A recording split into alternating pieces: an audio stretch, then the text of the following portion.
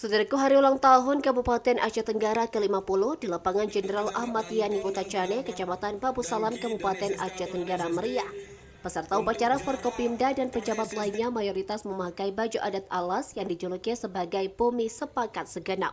Sebagai inspektur upacara, PJ Bupati Aceh Tenggara Dr. Ade Syakir MSI pada Rabu 26 Juni 2024. Kegiatan itu dihadiri anggota DPR RI M. Salim Fakri, Forkopimda Aceh Tenggara, para OPD jajaran Pemkab Aceh Tenggara, tokoh masyarakat, tokoh agama, para kepala puskesmas dan camat, serta kepala desa dan pelajar.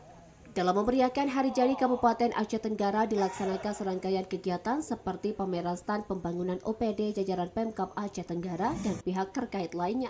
Selain itu juga diselenggarakan pawai keliling yang mayoritas berpakaian adat istiadat khas Tanah Alas yang diikuti para OPD, pelajar, dan pihak terkait lainnya yang langsung dibuka oleh PJ Bupati Aceh Tenggara, Dr. Ade Syakir MSI.